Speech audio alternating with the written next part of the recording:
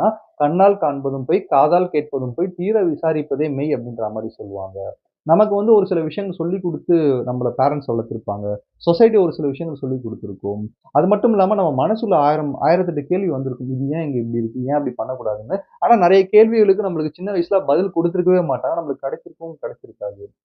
அப்போ இது எல்லாமே நம்மளே அஸ்யூம் பண்ணியிருப்போம். ஓகே இது இப்படிதான் போல இருக்கு. இதுதான் அப்படிதான் நம்பணும் போல இருக்குன்னு சொல்லிட்டு, எல்லாத்தையுமே அது நம்ம ஃபாலோ பண்ற கல்ச்சரா இருக்கலாம், நம்ம கொண்டாடுற பண்டிகைகளா இருக்கலாம், நம்ம போடுற உடையா இருக்கலாம், நம்ம சாப்பிடுற ஃபுட்டா இருக்கலாம், எத வேணா நீங்க எடுத்துக்கோங்க.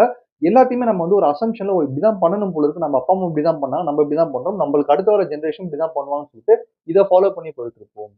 ஆனா, இந்த விஷயத்த வந்து சிக்மா பீப்பிள் எதுக்காக வந்து ஹேட் பண்றாங்க அப்படின்ற மாரி பார்த்தீங்கன்னா வந்து, பொதுவா நம்ம மைண்ட்குள்ள வந்து 2 விஷயம் இருக்கும். ரேஷனல் திங்கிங், இர்ரேஷனல் திங்கிங் அப்படின்னு சொல்லப்படுற விஷயம். ரேஷனல் திங்கிங் அப்படின்னு சொல்லப்படுற விஷயம் வந்து, அவர் சொன்னார், இவர் சொன்னார் அப்படின்னு சொல்லப்படுற விஷயத்த எடுத்துக்காம, நம்மளுடைய பகுத்தறிவுல அத